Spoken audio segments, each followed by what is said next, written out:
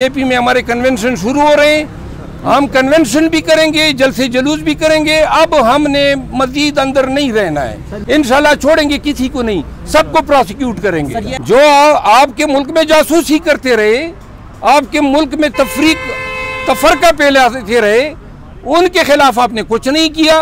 पाकिस्तान तहरीक इंसाफ के लीडर्स को काले कपड़े पहना के आप अदालतों में पेश करते हैं, घसीटते हैं, रगीदते हैं, शर्म तो आपको आती नहीं है। आज मेरा अपना एक ज़ाती केस था जिसमें अटक पुलिस ने जो है खान साहब की मुलाकात के लिए जब गया था तो उन्होंने अगवा करने की कोशिश की, जिस पे मैंने तवीनी अदालत की पिटीशन दायर की थी DPO अटक के ख़िलाफ़। आज अटक पुलिस की तरफ से भी उनके नुमाइंदे आए थे और चीफ साहब ने जो है मोहतरम वकील शाखावर साहब जो सरकार की तरफ से पेश हुए, उनको कहा कि आप इसमें अपना रोल अदा करें, जिस पे मैंने चीफ साहब को कहा कि हम चाहते हैं कि जो जिस तरह आर्डर पामाल हुए और जिस तरह उन्होंने ताज़ीरात पाकिस्तान के 365, 511 के तहत इर्तिकाब जुर्म किया, तो कम अज़ कम जो है कानून की जो लाठी हैं वो इन पे पड़नी चाहिए। ये आज की डेवलपमेंट है और इंशाल्लाह हमें उम्मीद है कि साइफर केस में ज़मानत की दरख्वास्त जो है वो 1 या 2 दिन में जो है उसकी समाअत हो जाएगी। इमरान खान इंतखाबात होंगे, क्या कहेंगे? जी, ये काकड़ साहब का बयान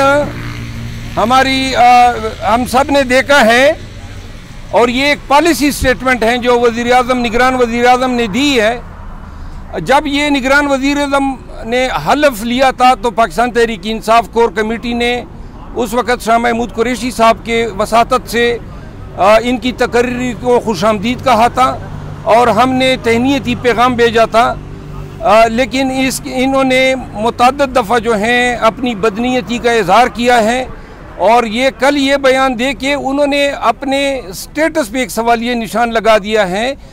केयर टेकर की जो तारीफ़ है कानून और आईन में जो प्रोवाइड की गई है, उसमें बुनियादी कंडीशन ये है कि उस शख्स का या उस मनसब के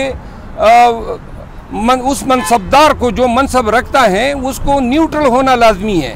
खान साहब के बगैर या PTI के बगैर इलेक्शन जो है हो सकते हैं, ये बयान दे के उन्होंने बेसिकली अपने आप को बतौर care taker prime minister disqualify कर दिया है। और पाकिस्तान तहरीक इंसाफ कोर कमेटी में पाकिस्तान तहरीक इंसाफ कोर कमेटी में इस फेल का जायज़ा लेगी।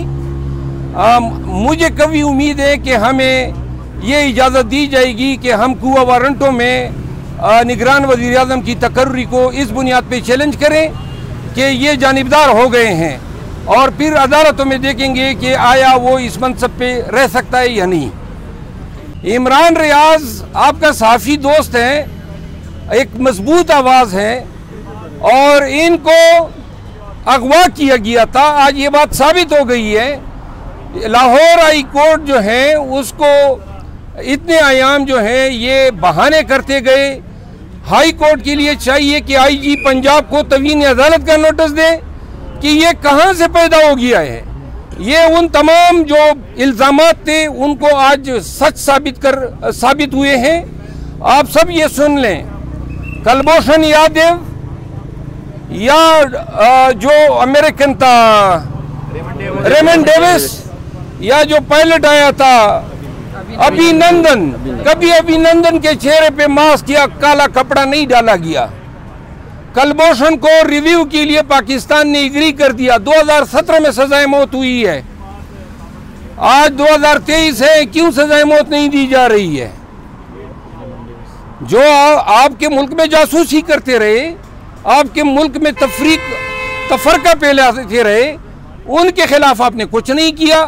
पाकिस्तान तहरीक इंसाफ के लीडर्स को काले कपड़े पहना के आप अदालतों में पेश करते हैं, घसीटते हैं, रगीदते हैं, शर्म तो आपको आती नहीं है। और आपने जो पाकिस्तान के दुश्मन हैं, रेमंड डेविस को 20 करोड़ रुपए किसने दिए? रेमंड डेविस के दियत की रकम 20 करोड़ रुपए अदा की गई। यहां से लोगों के ताकतवर होने का अंदाजा लगाया जा सकता है। तो लिहाजा हम ये बात अर्ज करते हैं, खुदारा जेलों में, अवलातों में और हरासतों में पाकिस्तान तहरीक इंसाफ के वर्कर लीडर के साथ इंसानी रवैये अपनाए जाए। बाजवड़ से पाकिस्तान तहरीक इंसाफ के MNA के घर पे ये लोग गए हैं, ख़वातीन की मौजूदगी में उन्होंने चादर चारदीवारी का तकद्दुस पामाल किए हैं, उनको सिर्फ उठा कर ले गए। अब ये उठाया जाना इस्लामाबाद जैसे शहर में, लाहौर में, ये अब बहुत आम हो गया है। इसकी हम मज़म्मत करते हैं और इंशाअल्लाह जिन जिन लोगों ने इन जराइम का इर्तिकाब किया है, आज जो IG इस्लामाबाद, ये बात बताना भूल गया, IG इस्लामाबाद पे डकैती के FIR का ऑर्डर किया है सेशन जज साहब ने इस्लामाबाद ने, जो अपने ही सरकारी मुलाजिम को वकील बना के आज हाई कोर्ट से स्टे ले लिया है उन्होंने। तो आज जो चीफ जस्टिस साहब के पास वो भी समाअत थी, जो शॉर्ट डेट उन्होंने कर दी है, लेकिन उन्होंने भी ये एक जन्म का एक सेफ काटा था, 5.5 फुट का सेफ, 40 लाख कैश और 15 तोले जो जेवर हैं शाहराम तरक्की के भाई साहब के घर से, F7 में वो घर हैं, वो लेकर चले गए थे।